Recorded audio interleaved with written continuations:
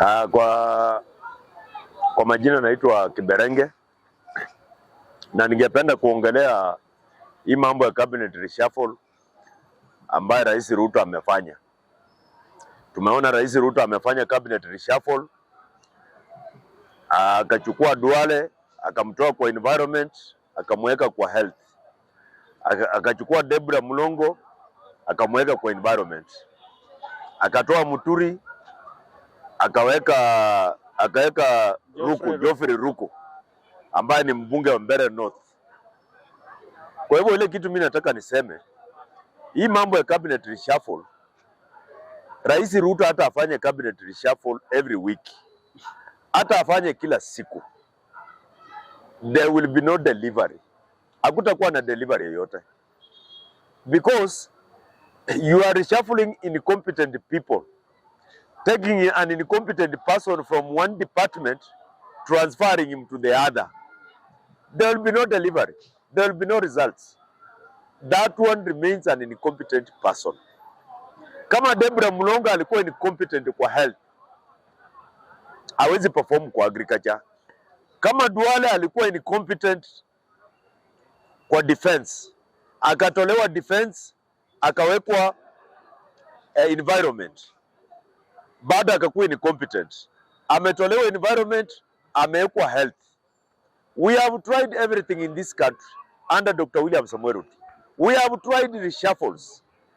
We have tried to create positions in order to have more principal secretaries. We have tried to appoint many economic advisors. Many economic advisors who have nothing to advise. We have tried everything, but the solution is not reshuffles.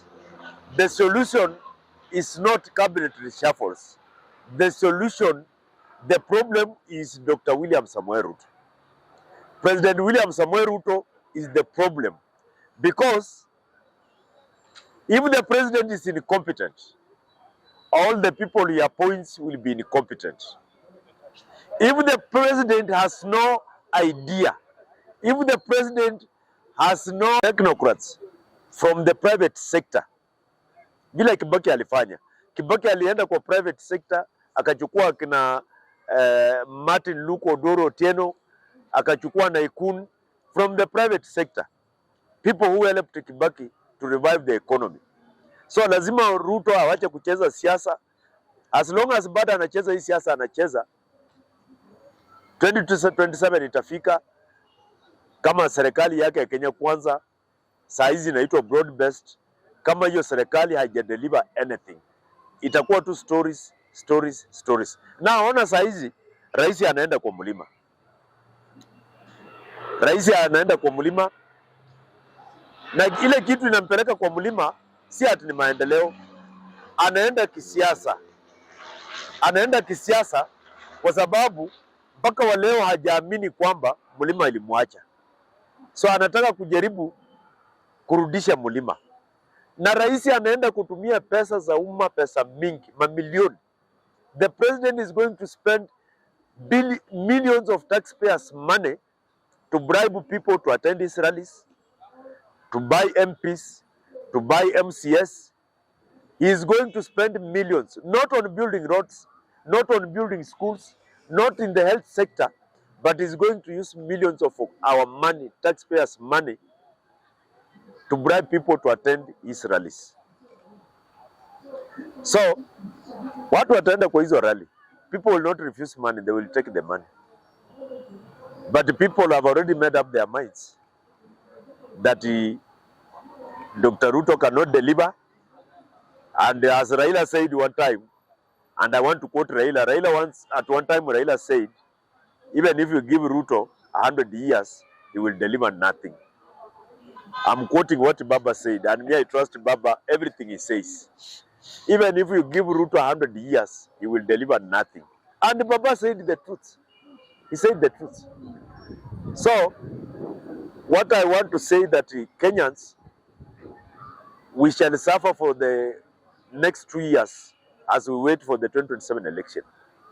The only solution for this problem will be to vote out Dr. William Samoei Ruto and to vote a competent person, not based on tribalism, not based on politics, to vote a very competent person who will change this country, because we have garbage that has been piling since 1963.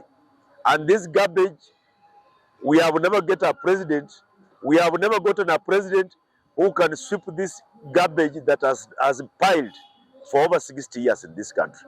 We need a president who will sweep this garbage that has piled for very many years, a president who will deliberately fight corruption, a president who will move Kenya to the next level, because we are stuck.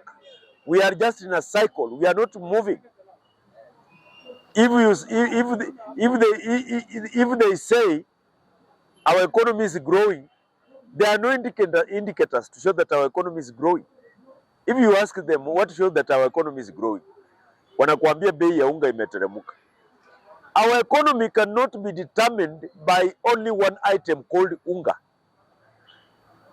Hatuwezi weko hapo chini, tuko tu kwa level ya unga, we cannot think beyond unga. Ukiuliza economy yetu nini inaonyesha imegrow, bei ya unga iko chini. Au saa hizi bei ya unga, I understand, imerudi 190 na very soon itakuwa 250. So sijui watakuwa wanatumia nini, but wanatumianga unga, which means the determinant or the only indicator of the growth of our economy ni unga, hakuna kitu ingine. So me, what I would like to tell Kenyans, that we should brace for very hard times, but when the election comes in 2027, we should make a wise decision. We should elect somebody who will change this country for all of us. Change this country. The only way we can unite this country is not by coming together to form a broad-based government.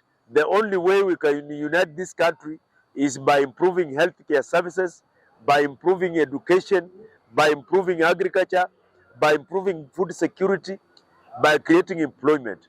That is the only way we can remain united, and that is the only way we can have peace in this country. Kiberenge, I will take you back, Kiasi, to the matters of the cabinet reshuffle. One Honorable Aden Duale was first appointed as the Cabinet Secretary of Defense, then moved to Environment, and currently he is in the Ministry of Health.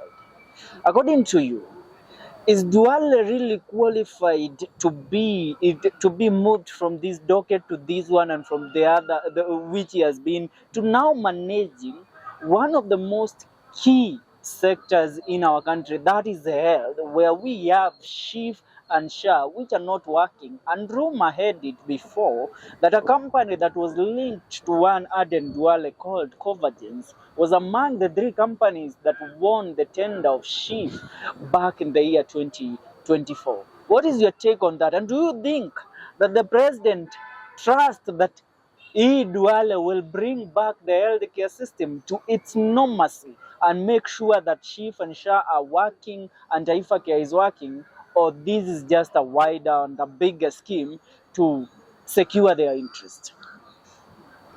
I don't know why President Ruto thinks that the Ministry of Health is preserved for the most incompetent persons in our society, because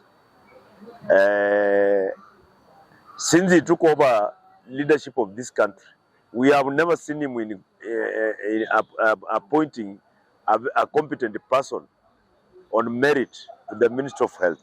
So I don't know why he thinks that the Ministry of Health is preserved for the most incompetent people in our society.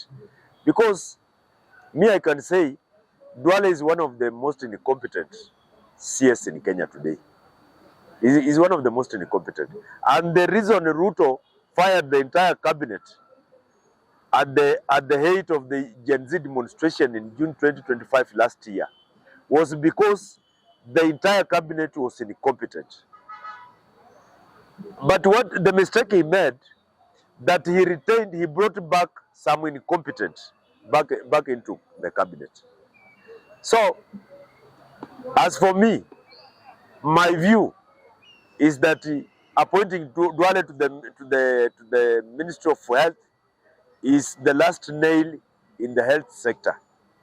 Our health has totally collapsed, and somebody like Duale has no experience in the health sector, no known experience he has in the health sector. What we know about Honorable Adan Duale is that he has got business interests in the health sector. Because he has got business interests in the health sector, it has even been alleged, it has widely been alleged that uh, one of his companies, uh, one of his companies is the companies that are working with the Shah. It has even been alleged in public.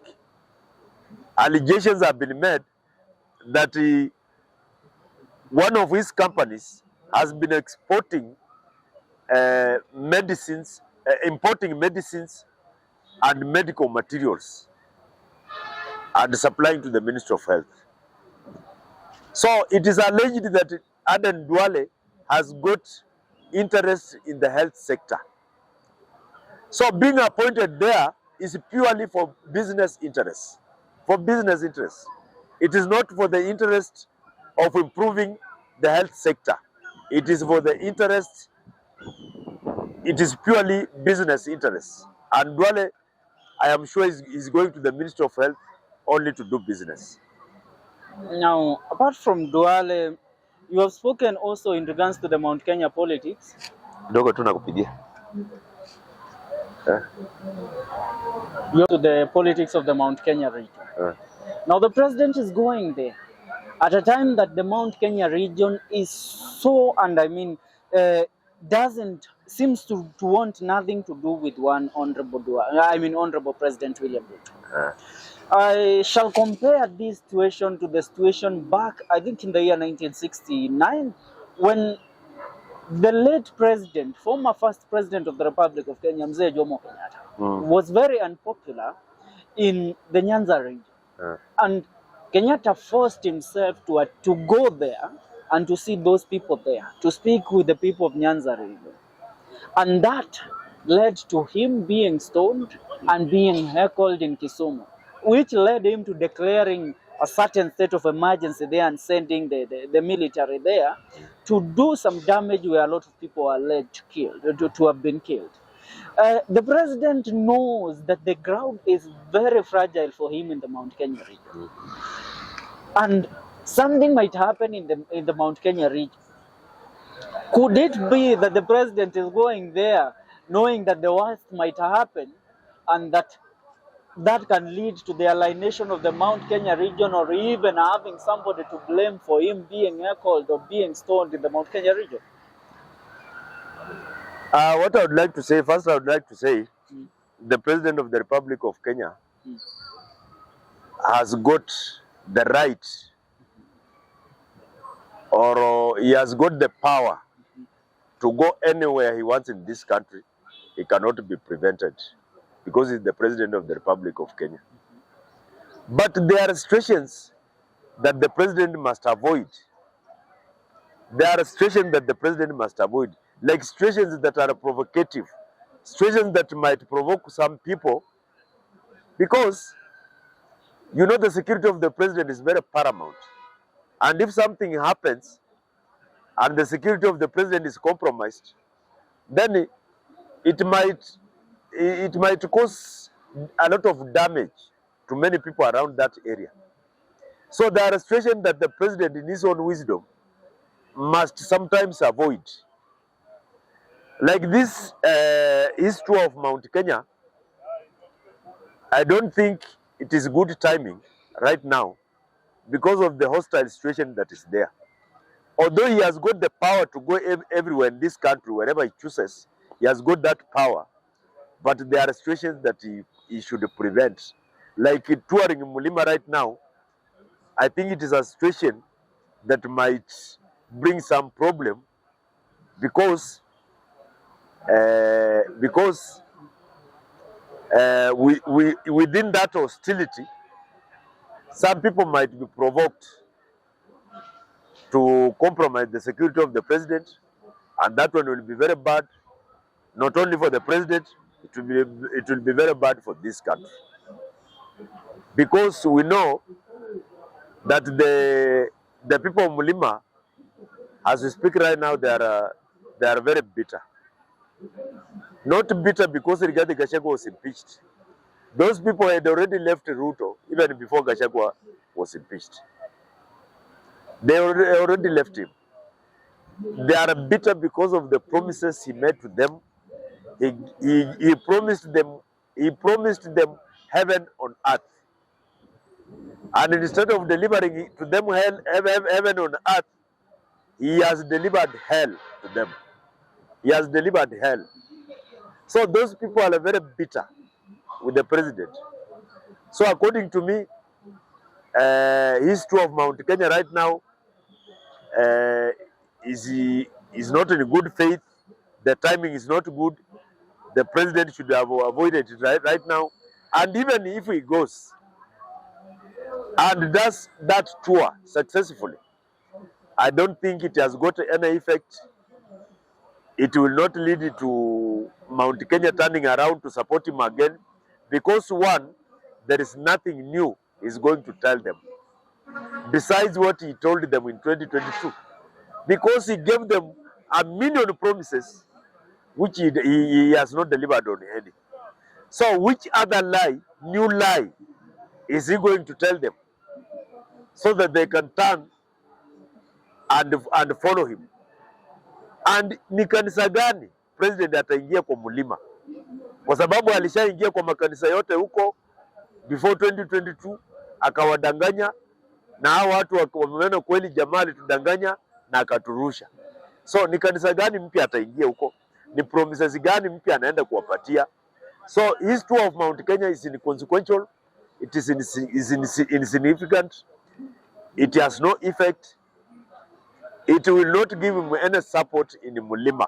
In fact, if kama alikuwa na little support imebaki kwa Mulima, anaenda kuibomoa. Anaenda kuharibu if there was any little support still remaining, anaenda kuibomoa, kuiharibu. We saw him touring in Nairobi recently. Kama alikuwa na support hapa Nairobi, hiyo tour yake iliharibu hiyo support ikamaliza. Because wherever he went there was looting. Watu walikuwa wanapigwa ngeta, people were being mugged, watu walikuwa wanaibiwa wanapigwa. So the little support he had in Nairobi iliisha wakati alifanya tour. And I'm sure hii tour anaenda kufanya kwa Mulima, kama kuna ka support alikuwa amebaki nayo, hii tour inaenda kuharibu hiyo support na inaenda kumaliza. Thank you. Sawa. If the president has no strategy, all the people he appoints under himself will fail. So ultimately, the problem is not the cabinet secretaries. The problem is Dr. William Samoei Ruto, the President of the Republic of Kenya. This is a situation like, giving an example, it is a situation like where Manchester United we had that manager ambaye alikuwa anaitwa Ten Hag. Ten Hag was just a failure. Ten Hag hata ungempatia Neymar, umpatie Cristiano, umpatie Ronaldinho, umpatie nani, umpatie hao wachezaji wakubwa wote wa English Premier League, hakuna vile Ten Hag angedeliver kwa Manchester United. He was going to deliver nothing, because the problem was not the players. The problem was Ten Hag. It is just a similar situation in Kenya. The problem is not the CS. The problem is Dr. William Samoei Ruto. Now, look at the kind of people that he has, the kind of reshuffle he has done. It is not a reshuffle that does not inspire hope. It is not a reshuffle that brings hope to the people that the president has realized that there are people in this country who can perform. For example, if you take Dr. James Nyikal and appoint him as CS for health, that one you are now being serious. Because Dr. James Nyikal he has got experience in the health sector. So ile kitu mimi nasema tu, na hii appointment nyingine ya nani ya Geoffrey Ruko, that one is not an appointment on merit. It is purely 100% for political considerations, because he has removed Muturi and replaced him with Geoffrey Ruko from the same locality. That means he's only trying to play a political card. He's only trying to play a political card. So he's looking for a way to get back what we call Mulima. And that's why he removes Muturi and replaces him with Ruko. But all that is in vain. Saizi wa Kenya wameshachanuka. Kenyans are no longer interested in those appointments. Kenyans have realized that having one of your tribesmen as a cabinet secretary will not help your community. Kenyans are beyond that. What Kenya